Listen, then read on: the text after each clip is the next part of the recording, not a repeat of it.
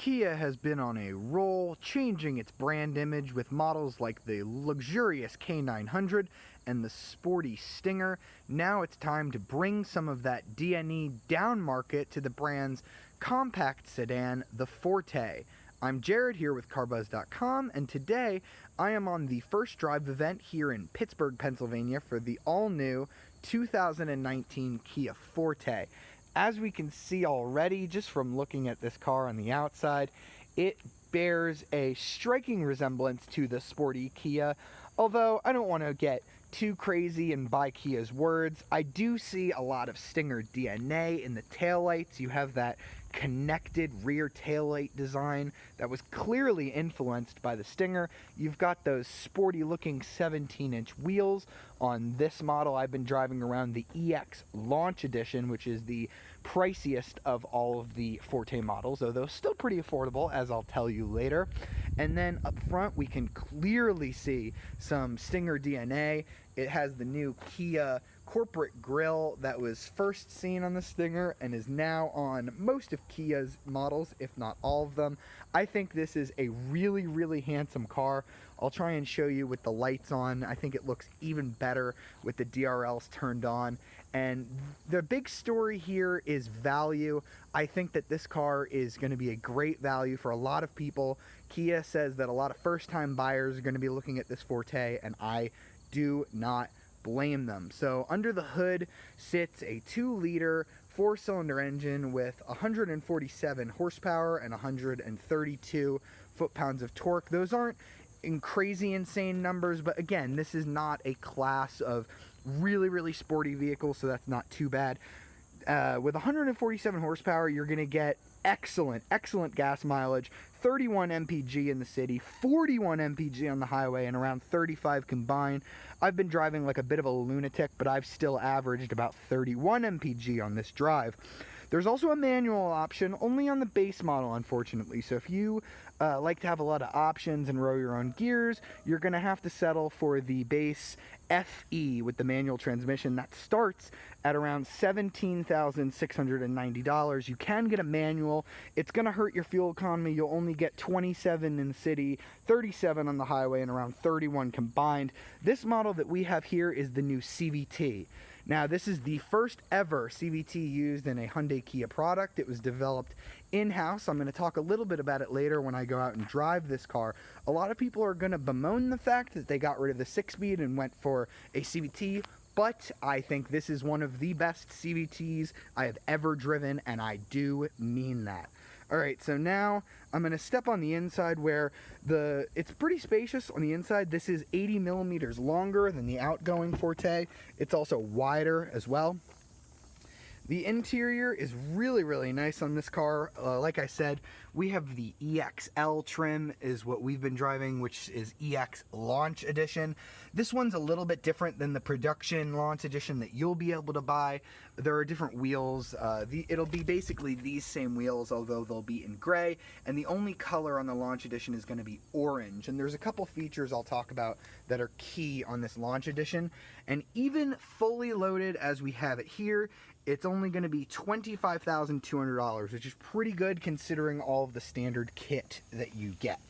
So now I'm going to come in and step inside, where a lot of that Stinger DNA carries over. This screen looks very familiar to anybody who's been in a Stinger recently.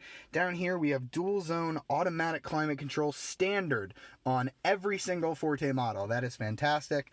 We have keyless entry. I'm going to go ahead and start it up. Unfortunately, that's only available on a couple of the high trim models. They do not make that a standard option, which is a bit unfortunate. I wish that they would maybe make that more of, towards the base models. Unfortunately, not all of the models have that. We do have these nice, clear, concise black with white gauges. You have a little helper screen here. You can have your fuel economy, your map information. We do have built-in navigation here on this top trim, but even if you don't get it, Android Auto and Apple CarPlay are standard.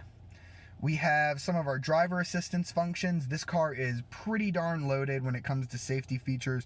Kia says that all Fortes are going to come standard with things like lane keep assist and forward collision warning. We have blind spot monitoring as well. We also have active lane keep assist.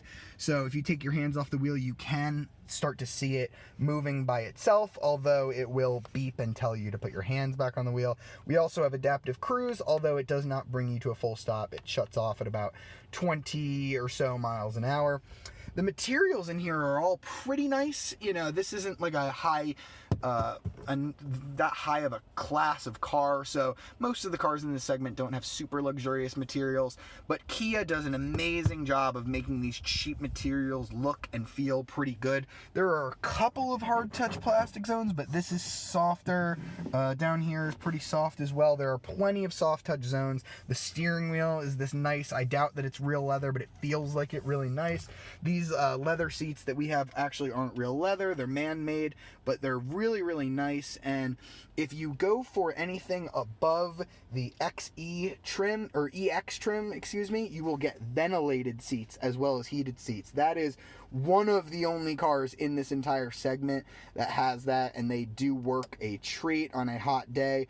I think the Volkswagen Jetta may be the only other car in this segment that even offers those. So fantastic on Kia for offering that as an available feature on this car. We also have the key wireless charging over here if you have a phone that'll accept that, and there's plenty of storage space. You also have a lower storage area here, so on a small car like this, to have that much storage to put your keys and your phone and other stuff is absolutely great. I love how Kia utilizes the space here. There's also a sunroof on this car. So I'm going to go ahead and talk a little bit about the pricing. For that, I'm going to get out of the car,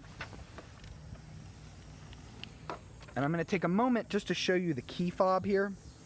It is strikingly resembling the Stinger key, which is very cool. It's not circular up the top, but it is kind of like that detonator shifter that we loved on the Stinger. Very cool. So now let's talk about pricing. As I mentioned a little earlier, the base FE with a manual transmission is $17,690. Very affordable for somebody buying a first car. The automatic transmission is gonna run you $18,590, so about $1,000 more. The LXS trim is $19,990. The S trim, which I've seen a couple of them on this launch, is $20,190. And then the trim that you're going to want to look at is the EX trim. I think that is the best value. That is $21,990. That's going to get you the leatherette seats, heated and ventilation. You're going to get that smart key like we have. You're also going to get a smart trunk, where if you hold the key and walk up to the car with the trunk closed, it will open automatically. And then there's that EX launch trim, which is what we are driving here right now. That's $25,200. That is the priciest, although you do get adaptive cruise control, a sunroof, you get LED running lights, you get that wireless charger, and the built-in nav. So I would say a good way to save a little over $3,000 is to get that EX trim, because it comes basically how I like it, but this EX launch edition is very nice as well. I'm going to show you the back seat, which is pretty darn roomy. I haven't really had a chance to use it all that much, but I am going to sit back here and show you how it feels. Sitting behind myself, even in this small car, I have plenty of knee room. I have plenty of headroom as well. There is an air vent back here, which is pretty nice on a compact car like this. Now I'm going to get out. I'll show you, I believe there's also an armrest here that folds out and has two basic cup holders. Now I'm going to show you the trunk, which is pretty darn big.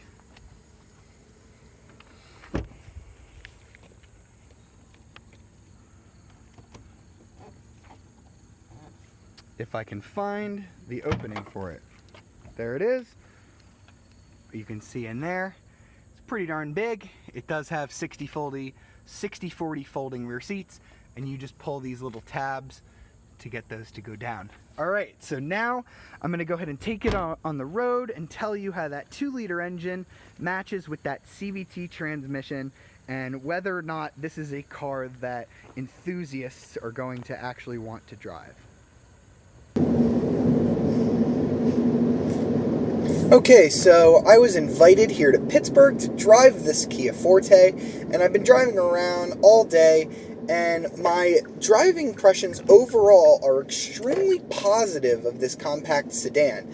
Now, it's not going to blow you away with power or ride and handling or any of those sort of things. It's not really that type of car. This is much in line with a Civic or a Corolla or an Elantra, but I think that it does a lot of things better than a lot of those cars. So here are the big changes. This is an all-new car, but the big change here is this CVT automatic transmission. The old second-generation Kia Forte had a 6-speed automatic, so how does that differ? Well, as I mentioned earlier, you're going to get really darn good fuel economy using this CVT. However, one of the big problems with CVTs is they moan and they groan, and they don't really feel like an automatic when you really mash the throttle. And I've driven a lot of CVTs recently that kind of fix that problem, where they kind of feel like gears when you're driving it normally, and then when you really get on it, you know, you start to feel that it's a CVT. I'm gonna give it a little throttle mash here over some rough pavement, and I promise you, it sort of just feels like the gears happen to just be really long. So when you floor it from a stop, again, this is not a very, very fast car, so it kind of just feels like it winds out, and it just kind of feels like you're going through some really long gears. I'm going to try it one more time.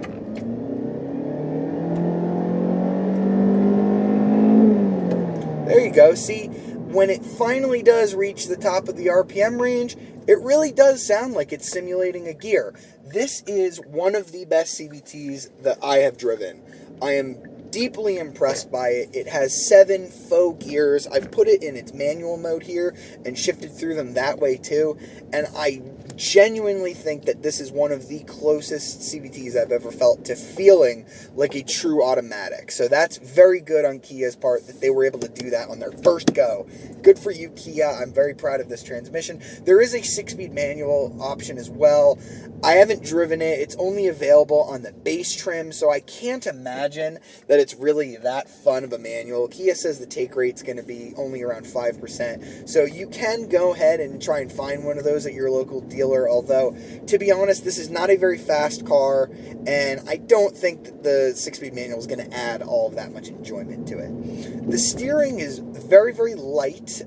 It's really easy to maneuver around tight back roads, around parking spots, all of that. I like the steering. It's not the most involving that I've driven, but it's nowhere near a snooze fest either. We had some fun roads on our route here in Pittsburgh, and you do get some genuine steering feel. I put it in sport mode. I think it gets a little heavier. It's kind of hard to tell. Kia has sort of done away with that whole gimmick of where the steering would get really heavy when you put it in sport mode. But yeah, I really like the steering weight. I think most people are going to be very, very happy with it. I could even tolerate this as an enthusiast who really likes good steering feel. I think it feels pretty darn good. Another point of contention might be the torsion beam rear suspension.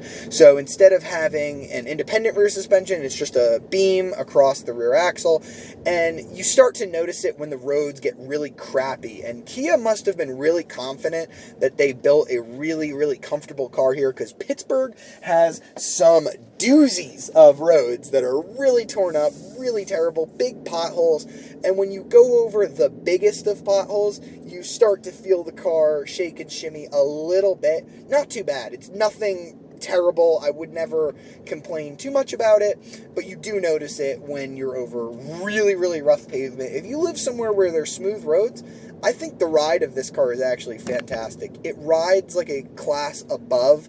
It's a compact car, so it competes against cars like the Civic and Elantra, but I think this rides as well as a Sonata or even an Optima or, you know, a Camry. I think it rides that well. It's very, very smooth on the highway, very quiet as well. This CVT does not really have a lot of moaning and groaning when you're at highway speeds. I really do like the way this car feels.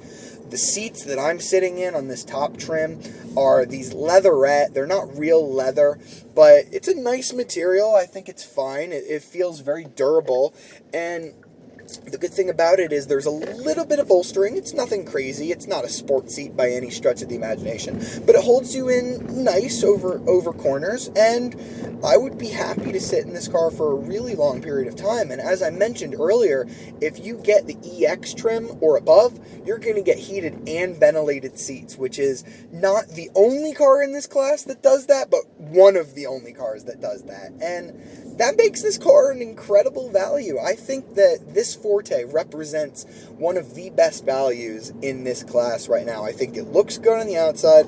I love the interior design. I love how I have all of this storage space for all of my stuff. And the way it drives is pretty good as well. So in my short time with the Forte, I know I haven't had it too long. I am deeply, deeply impressed with it, and I'm going to give it a recommendation of must buy. I think if you're looking for a compact sedan and you want something affordable that's going to give you those features to make you feel like you just bought a luxury car, this is the car for you. And if you're, a 16-year-old or an 18-year-old and you're shopping for your first wheels and you have about $22,000, oh my goodness, the amount of stuff that you're getting in this is ridiculous for a first car. So I would be genuinely happy to have this as a first car. I think it's great, and that's why it gets a recommendation of must buy from me. And if you've enjoyed this video and you'd like to see more like it, subscribe to the CarBuzz Unboxing YouTube channel, and be sure to follow us on all of the social media platforms, including Instagram and Twitter, and be sure to download our app on iOS and Android to keep up with all of the latest and greatest in automotive news, and to read all of our reviews, like my full written review of this 2019 Kia Forte. Hope you've enjoyed the video. See you next time.